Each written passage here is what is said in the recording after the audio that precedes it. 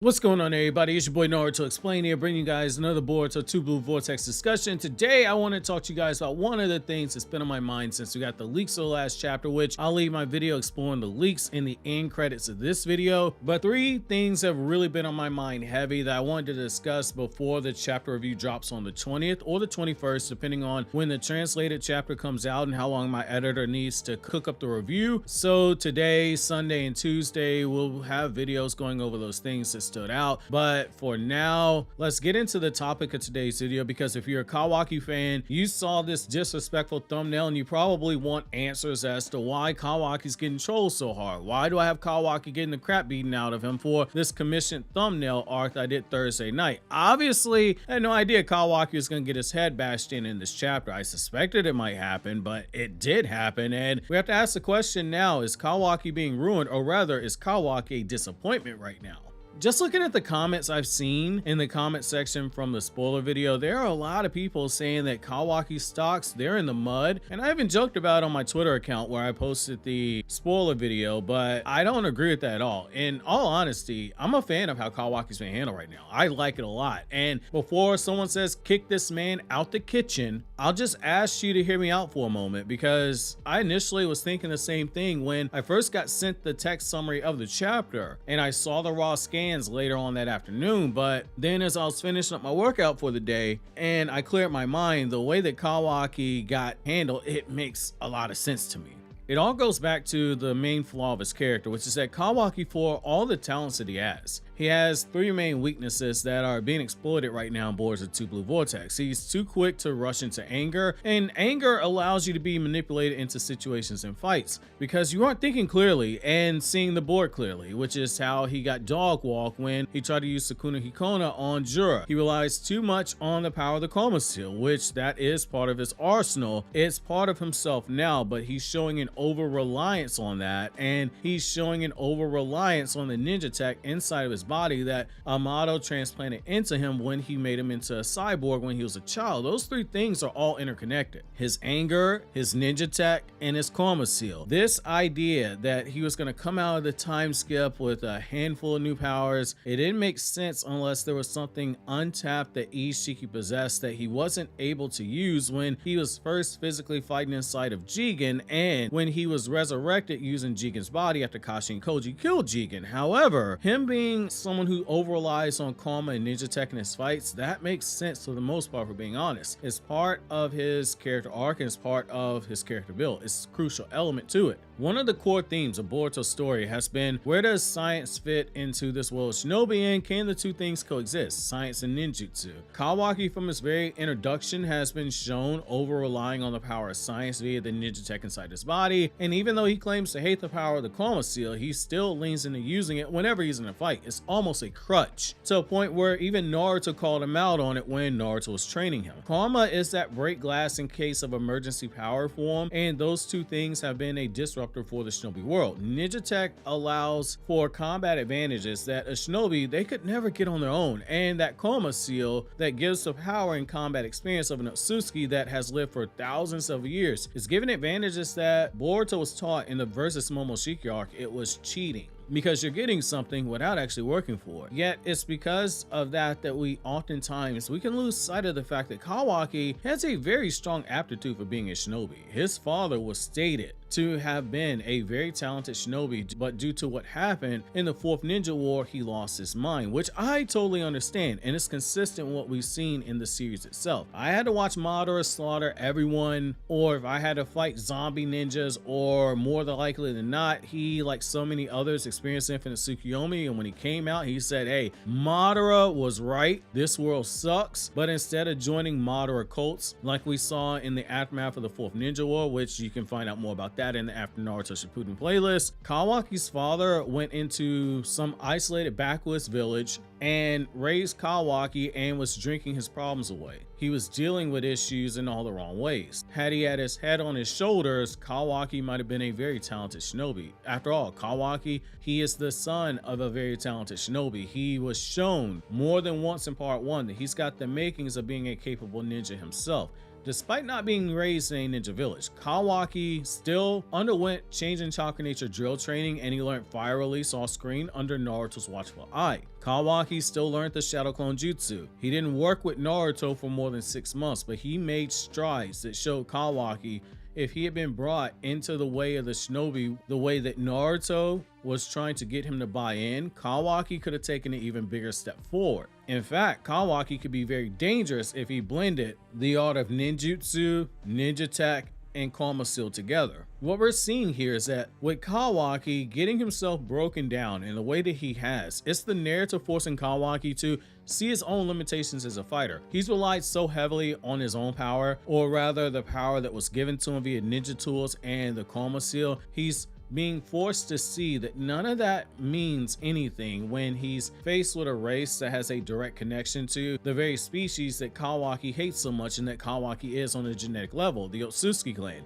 He's being forced to see that he himself has to evolve if he wants to be able to do the very thing he swore he'd do, which is he protect Naruto, and that means learning that force isn't the only way forward for him. But because of how his character was structured, he's going to have to get beaten into the ground a few times. He's going to have to be humiliated. He's going to be left in a puddle of his own blood a few times before it sinks in. This was needed for Kawaki. That's the whole reason why Boruto said he's going to beat some sense into Kawaki, because he's only going to continue down this hole until he can't dig any further. And it's because Boruto gets it. Shikamaru called Kawaki a bomb brat and Boruto a bomb brat, but Kawaki's more volatile one. And Boruto understands that where Kawaki is right now currently, can't do anything that will further make him dive into desperation. Yet it's inevitable, because look at where Kawaki is right now. He has no choice but to go further into that darkness and despair and that hopelessness, because it's part of his character arc.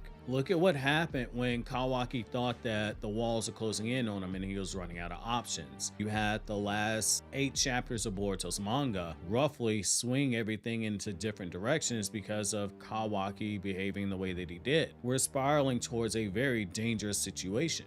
He's very much like Sasuke. Sasuke could not be saved until Sasuke hit rock bottom. I think Kawaki is inevitably going down that path. He needs these L's that he's eating. Sometimes the only way you can save someone is to let them sit in their ish for a little longer than they would like to. Kawaki needed this loss at the hands of Jura and Hidari. He needed to be humble. While he didn't use true essence of karma, the result most likely would have been the same given the ease at which he was taken down. It's the whole reason why you tear a man down, so that you can rebuild him into a better version of himself in the future. And I think that's what's going on here. If we saw Kawaki come out the time skip and he's throwing hands at Jura and Hidari as a tag team in a handicap match, and he's holding his own, even beating one of them back or fighting even against the two of them, it would have done nothing for the character. It would have been a really nice hype moment. It would have been a sugar high. Now when you eat a bunch of candy and you get all this energy and then all of a sudden you get the crash, that's what that would have been. This, what we're seeing right now, is a classic subversion of our expectations of readers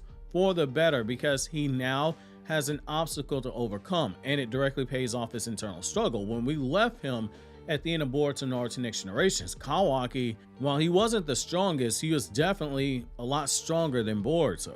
He felt like a threat. Now you're getting the rug pulled out from underneath you, and it's adding to more conflict. How is he going to be able to protect Naruto when he can't even defeat the people who are coming after Naruto? The fact that during that fight, Jura took the time to warn Kawaki not to damage any of the books at the bookstore, then proceeded to whoop his ass and show him that it doesn't matter if he's using Sukuna Hikona, doesn't matter if he's using Daikokuden for chakra rods or Karma or ninja tech, he can take him down at any moment. And the fact is that Jura flat out tells him, I'm not going to eat you yet.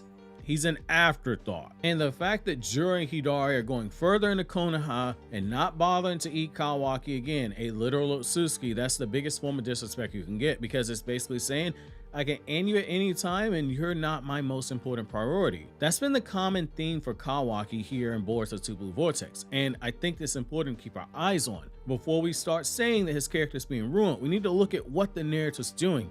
He is continuously being shown as being an afterthought now, after getting what he seemingly wanted, which is to be Naruto's child. Boruto came back and Kawaki wanted the smoke. Boruto said, you better get out of here before those smoke detectors start going off, and you know damn well you got asthma and the only inhaler I got is a Rasengan. I'm gonna shove down your throat if you don't get out of my way. Jura basically took the same stance in this chapter. That's going to put a much needed fire into Kawaki that is going to burn bright, and it's going to cause for the process of a much needed change. I know the shiny new toy is set in time skips with Shonen. Every Kawaki fan, they were wanting to see Kawaki being booked as this final boss type character, and they want to see all these new jutsu and powers, but it's clear as day this is intentional. Kawaki is a lot like Naruto in a lot of ways, only he's got a worse attitude and he's got a more jacked up sense of a more accomplished than Naruto ever had. And Boruto's being positioned a lot like Sasuke. What happened when we came out the Naruto time skip in volume 28 of Naruto's manga? Naruto came back and you saw the growth in that he was a little better with strategy, and he showed that giant Rasengan, and he showed that he had more than Nine Tails power. Even though he was losing control when he did use that power, it was still showing more than what we saw last time. But when he met Sasuke around volume 34, Sasuke's growth was just on a different level, and it became clear Sasuke didn't just get stronger and more skilled, he became a monster and was a whole tier ahead of Naruto without using the curse mark. I'm not gonna go so far as to say that Boruto's a whole tier above Kawaki, but there is a gap large enough that I wager this Boruto could take down this Kawaki and still have plenty of chakra to spare depending on how the battle shaped up. But the duo of Kishimoto and Ikimoto, they're protecting Kawaki here. They had Kawaki fight against Hidari, but most importantly against Jura, the leader of the Shinju, someone who we all knew was going to be strong, and by default it protects him. It's like going up against the universal heavyweight champion and losing after giving it y'all a valiant effort. There's no shame in that, and it makes an even bigger comeback story when you finally see someone go through some self-doubt and some reflection and they claw their way back up to their rematch, assuming of course they're not giving everything on a silver platter. Thankfully, when Kawaki isn't sneaking into his Daikokun dimension to try to finish the story he's reading to Naruto, he appears to be waking up to the fact that they've changed, and not in a way that he's prepared for, and the walls are beginning to close in. No amount of crying in front of people is going to change the fact that Kawaki needed to eat this L. No amount of crying about wanting to finish the story for his daddy being Naruto, and the story being Naruto getting robbed of Kurama and not being able to take down the Otsutsuki clan. That's not going to change anything no matter how much of a Kawaki crybaby he is. All of this is done to basically unlock the monster inside of him called desperation, and that has potential to be bad news for Boruto depending on how this is done. So no, I don't think Kawaki's character's been ruined. I think this builds on his character's pre-existing themes, which I go over in extensive detail in this Kawaki video essay that you can find down in the description box, or you can click here to watch the Boruto spoiler video.